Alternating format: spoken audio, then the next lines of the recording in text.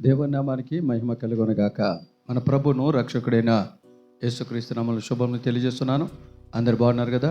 మరొకసారి పరిశుద్ధాత్మ దేవుడు ఈ ఆదరణ గడియ అనేటువంటి దైవిక కార్యక్రమం ద్వారా మిమ్మల్ని, మీ కుటుంబాన్ని ఈ ఉదయకాలంలో ఈ విధంగా దర్శించి ఆయన నామాన్ని స్తుతించడానికి దేవుడు నాకు ఇచ్చిన కృపను బట్టి ఆ దేవదేవునికి వందనాలు చెల్లిస్తున్నాను. దేవుడు ఇంకాను మిమ్మల్ని బహుగా దేవుడు దీవించునగాక. ఆమేన్. రండి దేవుని యొక్క వాక్యం నిందాం. పరిశుద్ధాత్మ దేవుడు ఈరోజు మనతో మాట్లాడుకున్న అంశం ఏంటంటే, దేవుడు నన్ను ప్రేరేపించిన మాట ఏంటంటే, మీరు లోకమందు కనబడుదురో. దేవుడికి మహిమ కలుగునుగాక. ఈరోజు దేవుడు మనతో మాట్లాడుకున్న అంశం ఏంటంటే, మీరు లోకమందు కనబడుదురో. పరిశుద్ధ గ్రంథం నుంచి అపోస్తలుడైన పౌలు ఫిలిప్పీయులకు రాసిన పత్రిక 2వ అధ్యాయం 16 వచనం మాట ఏంటంటే, అట్టి జనమ మధ్యను మీరు జీవవాక్యమును చేత పట్టుకొని లోకమందు జ్యోతుల వలె కనబడుచున్నారు. దేవుడికి మహిమ కలుగునుగాక.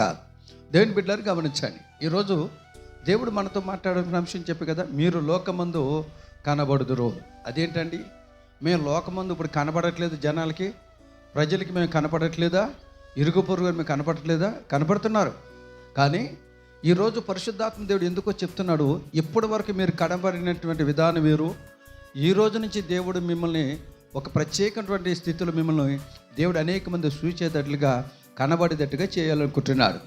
మీరు లోకంలో ఎలా కనబడబోతున్నారో, ఎలా కనబడేటట్టుగా దేవుడు మిమ్మల్ని రూపుదిద్దబోతున్నాడు అని అంటే, మన చదవని లేఖన భాగంలో ఉంది. పరిశుద్ధ గ్రంథంలో అపోస్తలుడైన పౌలు ఫిలిప్పీయులకు రాసిన పత్రిక 2వ అధ్యాయం 16 వచనం తెలుసండి. ఏమనుందంటే, మీరు లోకమందు జ్యోతుల వలె కనబడుదురుగాక. దేవుడికి మహిమ కలుగునుగాక. ఈ రోజున లోకంలో మీరు అందరికీ కనపడుతున్నారు, కనపడట్లేదని చెప్పట్లేదు. అందరూ చూస్తున్నారు, మీతో అందరూ మాట్లాడుతున్నారు. కానీ ఎలా కనపడుతున్నావు? ఈ రోజున చాలామందికి ప్రజలకి మీరు రోగాలతో ఉన్న వాళ్ళగా కనపడుతున్నారు, ఒకవేళ శ్రమల్లో ఉన్న వాళ్ళగా కనపడుతున్నారు, ఒకవేళ అవమానాలతో ఉన్న వాళ్ళగా కనపడుతున్నారు, ఒకవేళ ఇంకా ఎక్స్ట్రా ఎన్నో ఇబ్బందుల చేత ఉన్నట్టు మీరు కనపడుతున్నారు. ఎప్పటి వరకు నువ్వు అలా కనపడేవేమో, ఈ రోజు నుంచి దేవునికి మాటిస్తున్నాడు. ఈ రోజు నుంచి నీ ఉంటున్న ప్రాంతంలో, సంఘంలో, జనముల మధ్య నీవు జ్యోతుల వలె కనబడదువుగాక. దేవుడికి మహిమ కలుగునుగాక. నేను ఒక జ్యోతి వలె దేవుడు వెలిగింప చేయాలని, జ్యోతి వలె వెలుగు వెదజల్లింప చేయాలని దేవుడు ఆశ కలిగి ఉన్నాడు. అలా నీవు రాబో దినాల్లో, ముందున దినాల్లో నువ్వు అలా ప్రజలకి కనబడబోతున్నావు. దేవుడికి మహిమ కలుగునుగాక. మరొకసారి గుర్తు చేస్తాను, దయచేసి గమనించండి దేవుని బిడ్డలారా. ఈరోజు దేవుడు మనతో మాట్లాడే అంశం ఏంటంటే, మీరు లోకములో కనబడుదురు. ఎలా కనబడేదట్టు దేవుడు చేయాలనుకుంటే, జ్యోతుల వలె మనము అనేక మంది జనుల మధ్య జ్యోతుల వలె కనబడదుముగాక. జ్యోతి అంటే మీ అర్థం తెలుసు కదండి. జ్యోతి అంటే వెలుగు. ఒక వెలుగు వలె దేవుడు మనని వెలిగింప చేయాలని, కనబడేదట్టు చేయాలని ఆశ కలిగి ఉన్నాడు. దేవుని బిడ్డలు గమనించి, దేవుడి ఉద్దేశం అది. మన ఇల్లు, మనకు ఆత్మీయ జీవితం, మన బ్రతుకు, మన జీవితం అన్ని వెలుగుగా ఉంచాలని దేవుడు ఆశ కలిగి ఉన్నాడు. అయితే దేవుడి యొక్క ఉద్దేశం, దేవుని చిత్తం, మన బ్రతుకులు, మన జీవితాలు వెలుగు వలె, జ్యోతుల వలె ఉండాలంటే మనం ఎలా ఉండాలి, మన భక్తి ఎలా ఉండాలి, మన క్రియలు ఎలా ఉండాలి, ఎలా మన నడవాలంటే ఒక 2-3 విషయాలు చెప్తాను, జాగ్రత్తగా గమనించండి దేవుని బిడ్డలారా. మొదటిగా దేవుడు మన వెలుగుగా, జ్యోతుల వలె మనం కనబడేటట్టు చేయాలంటే, ఒకటి మనం చేయవలసిన పని చేసండి. ఒకటి యోహాను సువార్త 8వ అధ్యాయం 12వ వచనంలో మాట్లాడేసా, యేసు యొక్క వెలుగులో, ఆయన వెలుగులో మనం ఉండాలి. ఈ రోజున దేవుడు మన జ్యోతుల వలె కనబడింప చేయాలంటే ముందు ఆయన వెలుగు మనలో ఉండాలి, ఆయన ప్రసన్నత మన మీద ఉండాలి, ఆయన యొక్క మహిమ మన మీద ఉంటే ఖచ్చితంగా మన దేవునికి, ప్రజల మధ్య, అనేక మధ్య దేవుడు మనని జ్యోతుల వల్ల కనబడేటట్టు చెయ్యనుగాక. దేవుడికి మహిమ కలుగునుగాక. ఈరోజు దేవుని వెలుగు నీ మీద ఉందా?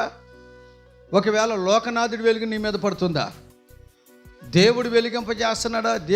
దేవుని వెలుగు నేను ప్రజ్వలింపజేస్తుందా? మనుషుల యొక్క వెలుగు కొరకు ఎదురు చూస్తున్నావా? ఈరోజు ఖచ్చితంగా దేవుడు చెప్తున్నాడు, నేను జ్యోతుల వల్ల వెలిగింపజేస్తున్నట్టున్నాడు. ఎందుకో తెలుసండి, నువ్వు జ్యోతులు వెలుగుగా ఉంటే అనేక మేలు నువ్వు పొందుతావు. అలా ఉండాలంటే ఒకటి మనం చేయవలసిన పని ఏంటి తెలుసా? దేవుడు ఎందుకు మనం చేయకుండా తెలుసా?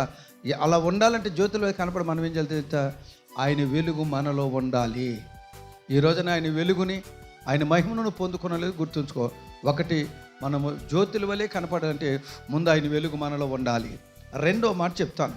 అపోస్తలుడైన పౌలు ఎఫెసీయులకు రాసిన పత్రిక 4వ అధ్యాయం 29వ వచనం నుంచి 32 వచనాల్లో కొన్ని మాటలు ఉన్నాయండి, నేను త్వరగా చెప్తాను.